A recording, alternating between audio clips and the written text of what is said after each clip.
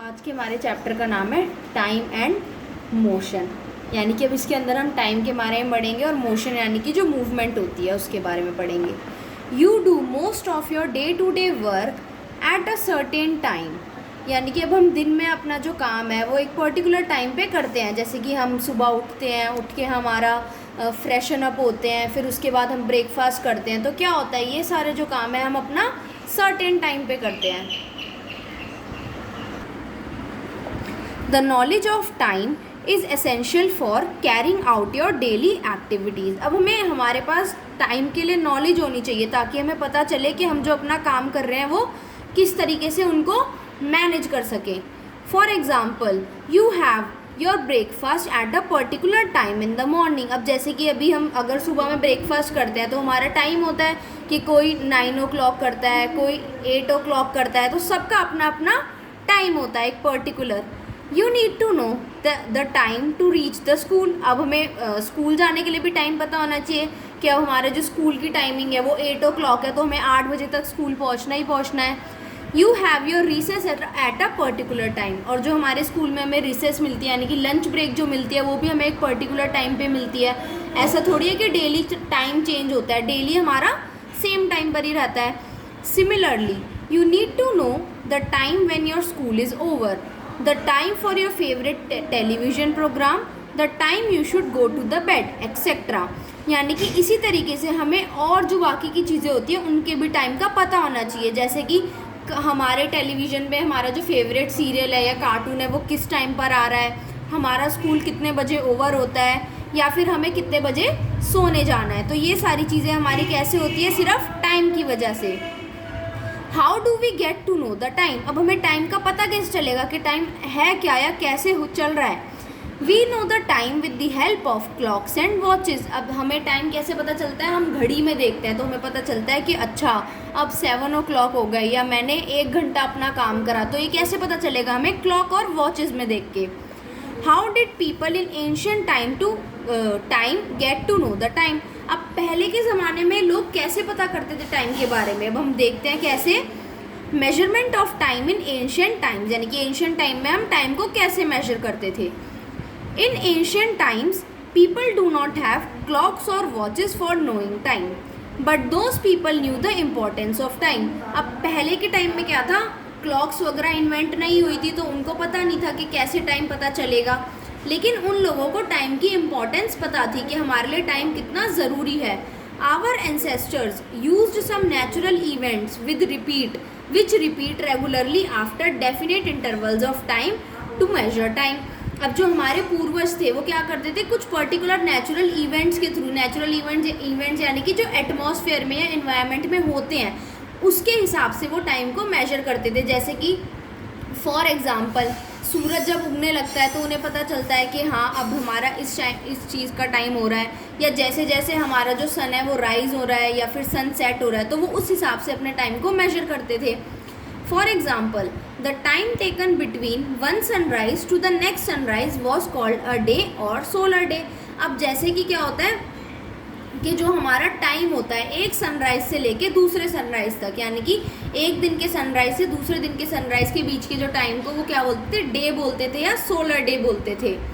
The time taken between one new moon to the next new moon was called a month. अब एक new moon से लेके यानी कि जहाँ जो फुल मून होता है उससे लेके नेक्स्ट मंथ का जो न्यू मून आएगा उसको वो उन्होंने क्या टर्म दी, मंथ बोला। यानी कि अब एक महीना हो गया। The time taken by the earth to complete one revolution of the sun was called a year। अब जो टाइम हमारा अर्थ को सन के अराउंड एक रेवोल्यूशन करने में पूरा होता है उसको उन्होंने ईयर बोला। तो अब जैसे इन्होंने कुछ एंशियंट क्लॉक्स दे रखे जैसे कि सन डायल, ये हमारी सन से चलता था, सैंड क्लॉक हो गई या वाटर क्लॉक हो गई। नेक्स्ट आता है हमारा Some of the important time measuring devices used in the ancient times were sundial, sand clock and water clock। तो ये तीनों क्या थी, हमारी ancient times की measuring device थी जिससे हम टाइम को measure कर सकते थे, जो कि क्या क्या थी, sundial, sand clock और water clock। नेक्स्ट आता है हमारा measurement of time। अब हम टाइम को measure कैसे करते हैं। we need to measure intervals of time which are much shorter than a day. अब हमें क्या होता है कि दिन से पहले यानी कि दिन के बीच में जो छोटे छोटे इंटरवल्स होते हैं टाइम के, उसको हमें मेजर करना पड़ता है. Clocks and watches are the most common time measuring devices use by us. अब जैसे घड़ियाँ जो आजकल आ गई हैं, उसकी मदद से क्या होता है, हम इस टाइम को मेजर कर सकते हैं. All the clocks and the watches use the principle of periodic motion for measuring time. अब जितनी भी हमारी क्लॉक्स और वॉचेस होती हैं वो क्या यूज़ करती हैं, हमारा पीरियोडिक मोशन यूज़ करती है टाइम को मेजर करने के लिए. पीरियोडिक मोशन यानी कि एक पर्टिकुलर इंटरवल ऑफ टाइम के बाद वो चीज़ रिपीट होती है.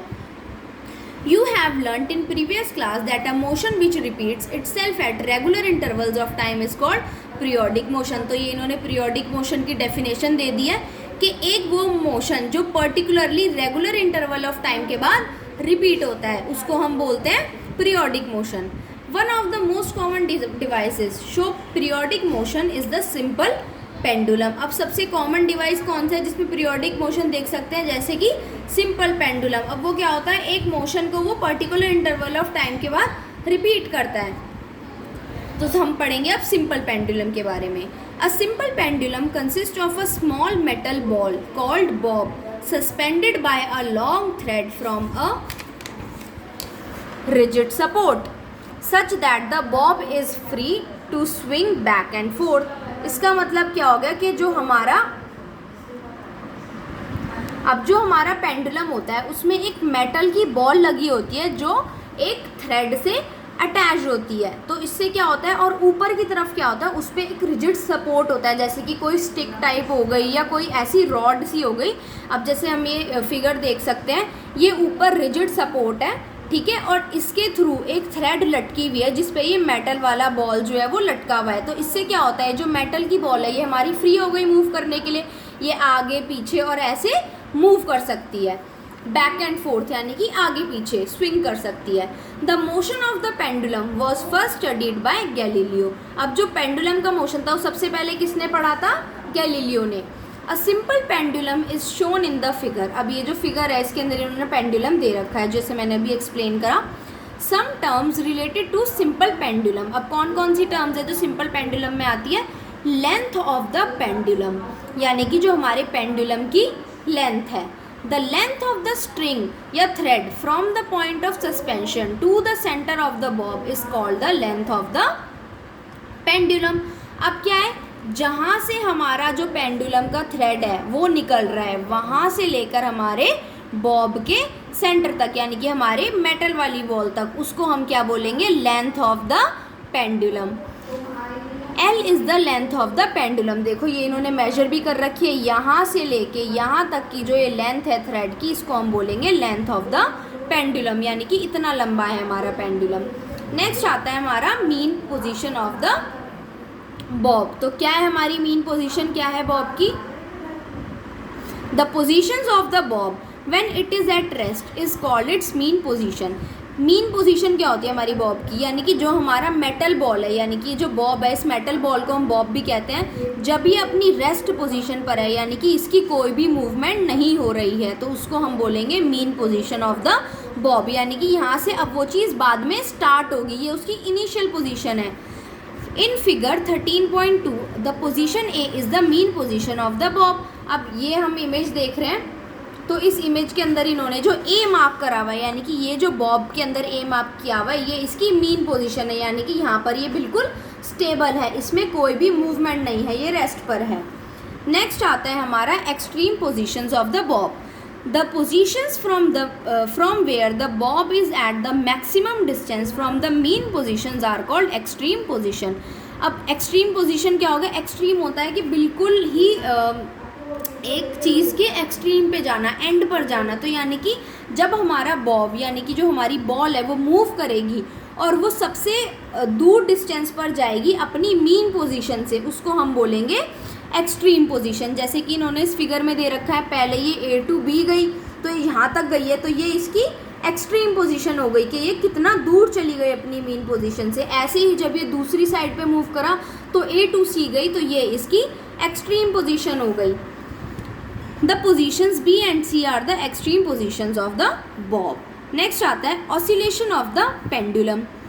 One complete to and fro motion of the bob about its mean position is called an oscillation of the pendulum। अब oscillation क्या है इसके अंदर, अब ये जो है हमारा पेंडुलम है, अब जब ये यहाँ से यहाँ जाकर वापस अपनी पोजीशन में यानी कि मीन पोजीशन से अपनी एक्सट्रीम पोजीशंस पे जाके जब दोबारा अपनी पोजीशन पर आएगा, उसको हम बोलेंगे कि उसने अपना एक ऑसिलेशन पूरा कर लिया, टू एंड फ्रो यानी कि आगे पीछे या फिर back and fourth.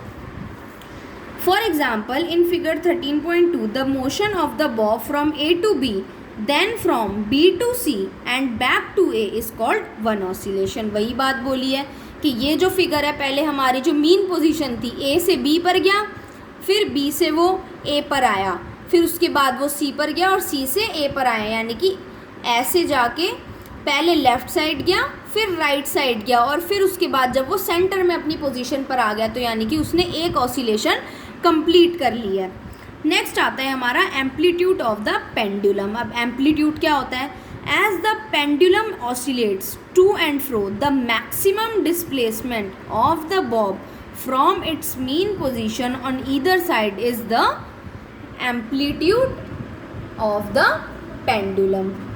The displacement A B और A C is called the amplitude of the pendulum. अब जैसे कि हम इस फिगर पर दोबारा आते हैं, अब क्या बोला है, जैसे हमारा पेंडुलम टू एंड फ्रो यानी कि इधर और इधर मोशन करता है तो इसकी जो मैक्सिमम डिस्प्लेसमेंट यानी कि किसी भी एक साइड पर वो अपनी एक्सट्रीम पोजीशन पे जाके दोबारा अपनी पोजीशन पे आता है, उसको हम बोलेंगे एम्पलीट्यूड ऑफ द पेंडुलम। जैसे कि वो ए से बी पर गया और फिर वापस आ गया, तो जो ए टू बी है वो इसका क्या हो गया, हमारा amplitude of the pendulum. Displacement क्या हो गया, जो शॉर्टेस्ट डिस्टेंस होता है तो वो ईदर साइड, दोनों में से किसी साइड हो सकता है, या तो वो ए टू सी हो सकता है या वो ए टू बी हो सकता है, तो ये क्या हो जाएगा हमारा एम्पलीट्यूड ऑफ द पेंडुलम।